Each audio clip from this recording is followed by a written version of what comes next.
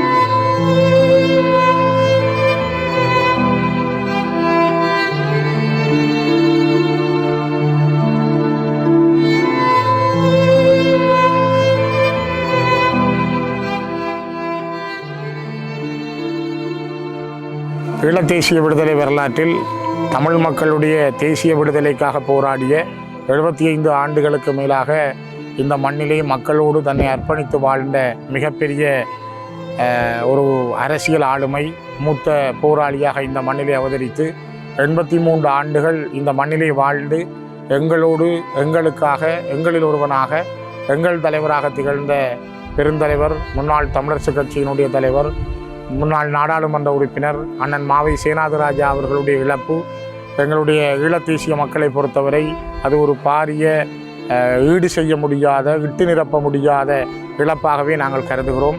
மிகவும் தன்னுடைய இளமை காலத்தின் கிட்டத்தட்ட 16 வயசுகளில் இருந்து அவர் மக்களையும் இந்த தேசத்தையும் நேசித்து வாழ்ந்தார். அதற்காக பல முறை சிறை சென்றிருக்கிறார்.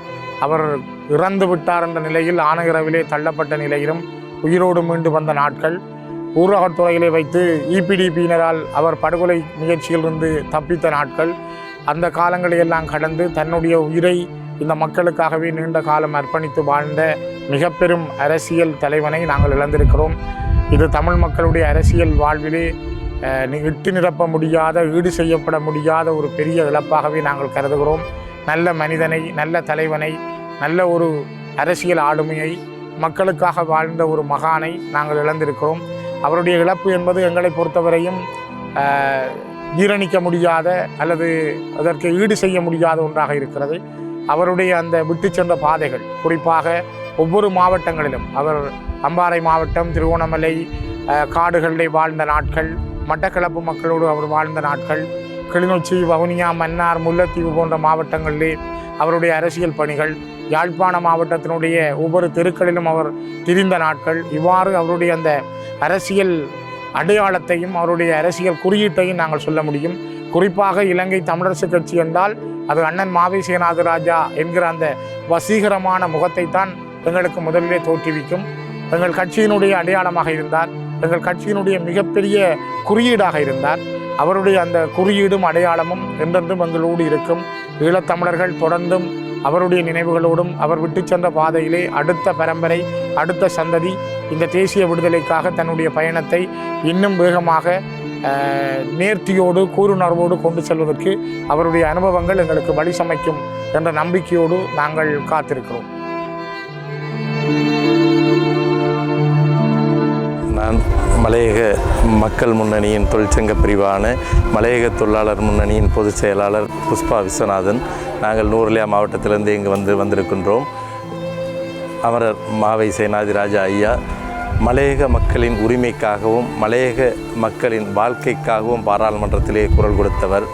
எமது ஸ்தாபக தலைவர் மறைந்த அமைச்சர் பெரியசாமி சந்திரசேகரன் அவர்கள் காலம் தொட்டு இன்றைய எமது தலைவர் கௌரவ ராதாகிருஷ்ணன் ஐயா அவர்கள் வரைக்கும் எம்மோடு இணைந்து மலையகத்தின் உரிமைக்காக குரல் கொடுத்த, பாராளுமன்றத்திலும் வெளியிலும் மிகவும் சிறப்பாக குரல் கொடுத்த எமது தலைவர் மாவை சேனாதிராஜா அவர்கள் இருந்தமை எமக்கு மிகவும் மனவருத்தத்தை இது அளிக்கின்றது. அவரின் ஆத்ம சாந்திக்காகவும் அஞ்சலிக்காகவும் நாங்கள் இறைவனை பிரார்த்திக்கின்றோம். தமிழ் தேசியத்தில் ஒரு அரசியல் தீர்வு ஏற்படுமானால் அது மலையகத்துக்கும் உறுத்தாக வேண்டும், மலையக மக்களின் பிரச்சனைகளும் தீர்க்கப்பட வேண்டும் என்ற துணைப்பொருளில் மிகவும் ஆணித்தரமாக செயல்பட்டவர் மாவை சேனாதிராஜா அவர்கள். இவர்களின் அஞ்சலிக்காக முழு மலையகமும் இன்று ஆறாத்துயரில் இருக்கின்றது. ஞாயிற்றுக்கிழமை இவரின் இறுதி ஊர்வலத்தின் போது அங்கு அஞ்சலி கூட்டங்களும் ஏற்பாடு செய்யப்பட்டிருக்கின்றது. அவரின் அஞ்சலிக்கு இறைவனை பிரார்த்தித்து விடைபெறுகிறேன். நன்றி, வணக்கம்.